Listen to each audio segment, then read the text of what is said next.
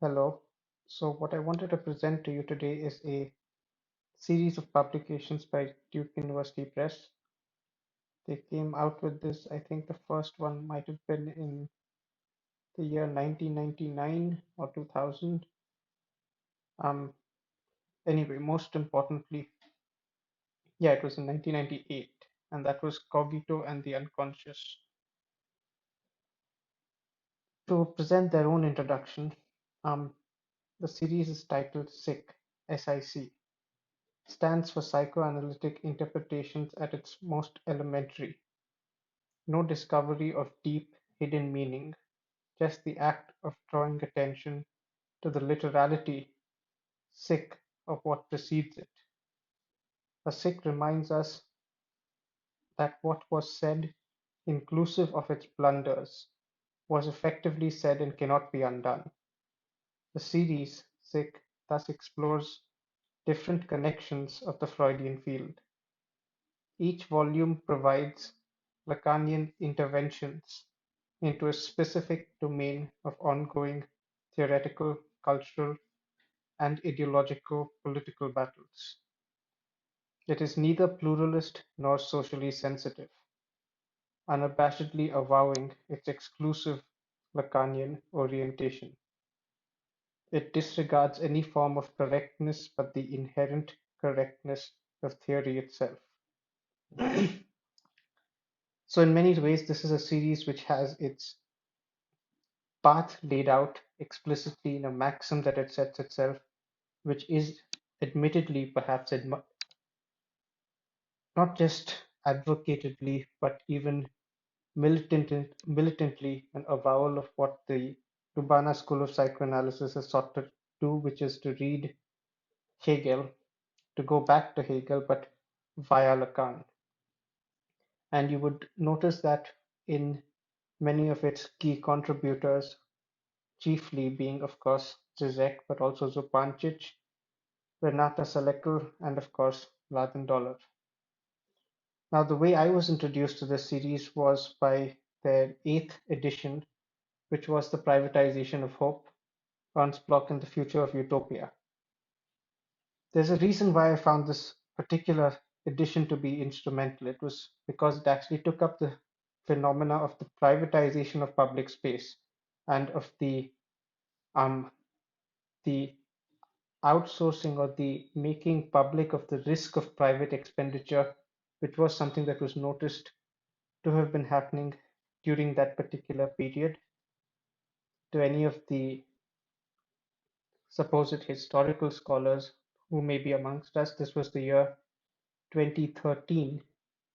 And of course, to those who are philosophically oriented, I would like to remind you that it was Ernst Bloch who tried to present an argument for the need for philosophy to return to ontology, which is questions of the precedence of conditions for the emergence of any possible observation.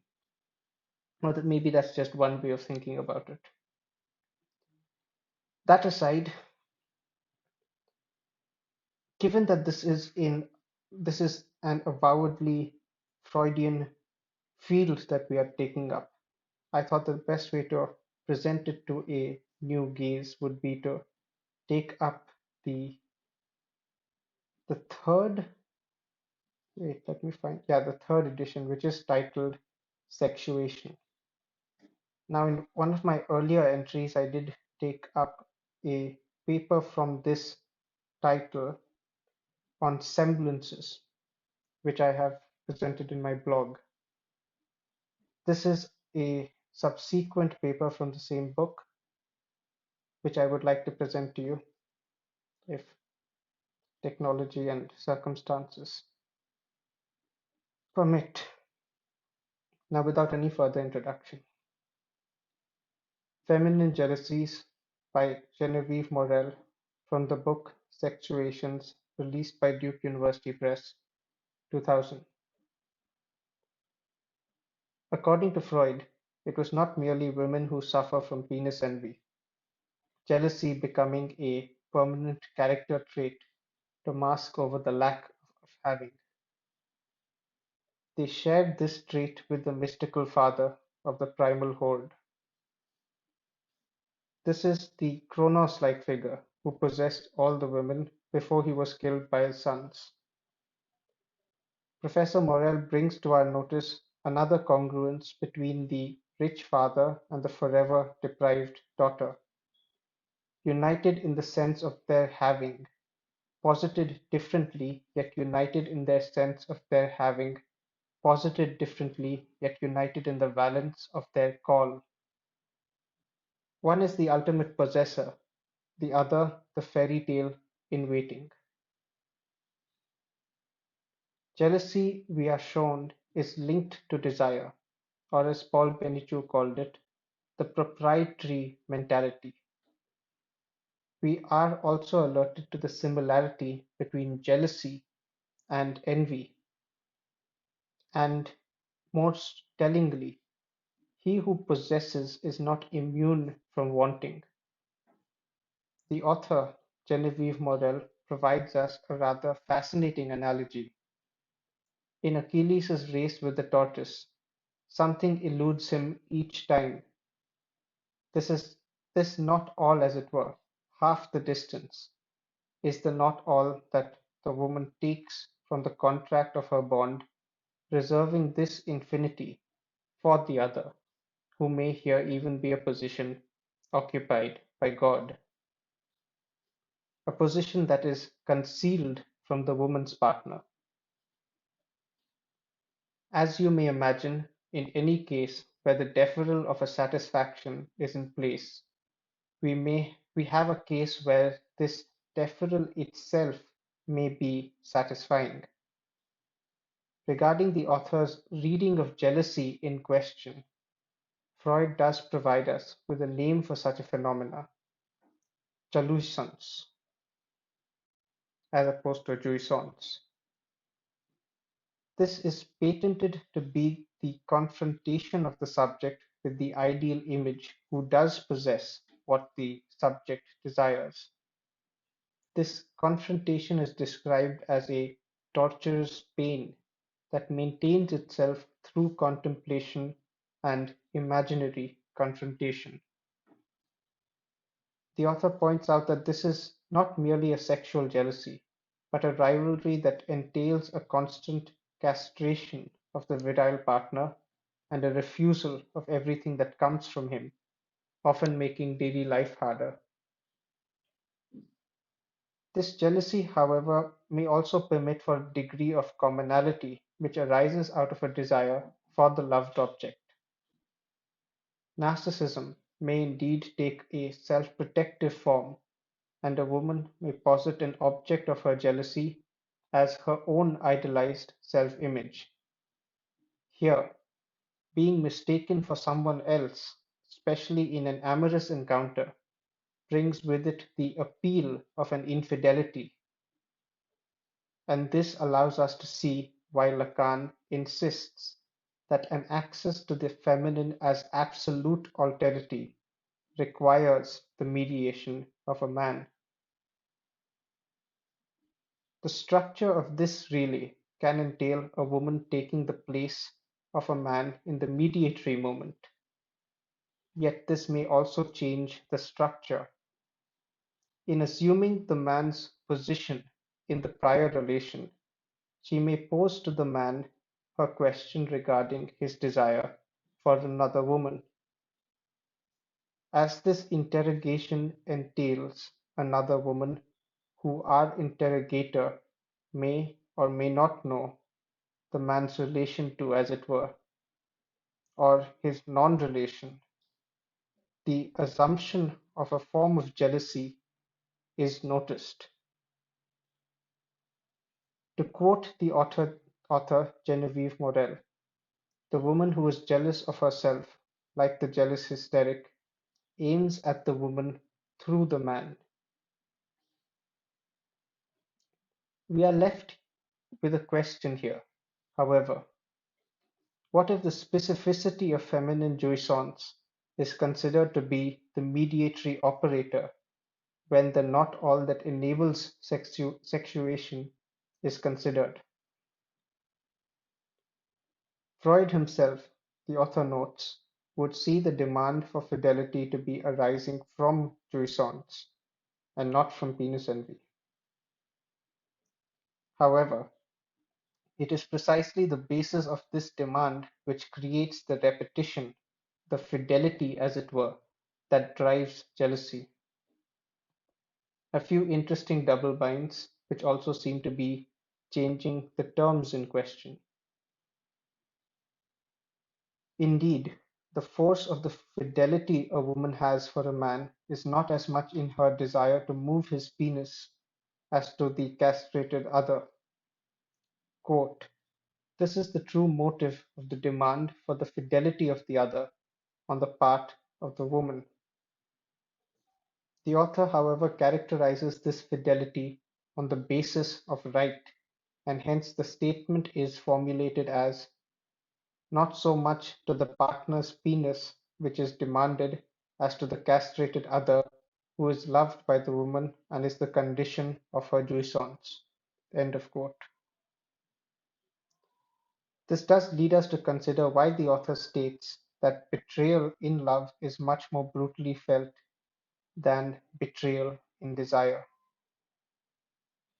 The subject does not usually know that the love of the castrated partner is the basis of her jouissance, even in the sexual act. The man here, the partner of the woman, allows her to reach that other jouissance, yet where she herself is not all to him. We seem to have a reading, or perhaps a rereading, of the basis of fidelity in women from a fear of castration in Freud to that of jouissance in Lacan. As with the tragic jouissance, however, we can have tragic jealousy. This new jouissance, or women at least, no longer being regulated by the fear of castration as in men, becomes, in the author's words, a supplement to male jouissance. The relation framed by the phallic function of the other. Let me repeat this. This new jouissance, or women at least no longer being regulated by the fear of castration as in men, becomes, in the author's words, a supplement to male jouissance. The relation framed by the phallic function of the other. The female, for this to take place, occupies the place of object A in the man's fantasy. The interpellative frame, of course, is sustained only by fidelity. We are in fact alerted to a conjugate function in jealousy, if this is still the right word, as Levi-Strauss notes. Jealousy tends to support or create a state of conjunction whenever there is a threat of disjunction. And here I may be tempted to read the proposition in question in a political, if not merely amorous sense. In the amorous case, however, conjunction is maintained by the fantasy which serves as a condition as well as a product of the contingency which establishes the phallic relation. There may, however, be a fantasy that is characterized by hatred and not of love, and Morel does note that such fixation may grant the subject a degree of lucidity even as it permits acts that were previously considered impossible. To be sure, Medea is not the only example of the jealous woman in literature, even if she is the most archetypical, and the author does provide us with a few more examples. The most citable here being from Goldoni's Les Don Gelos, The Jealous Ladies, where one of the characters is said she wants all the men for herself, perhaps not unlike the mirror stage of the primal father. The discourse of the analysand has neglected the rivalries of men, or hysterical protests against the master or of the castrated father. Yet if these remain dimensions of a man's love, even if envisioned by women, then perhaps the discourse of the adolescent has neglected the propensities of a jealous woman. Wait, let me just check if I've gotten this particular section right.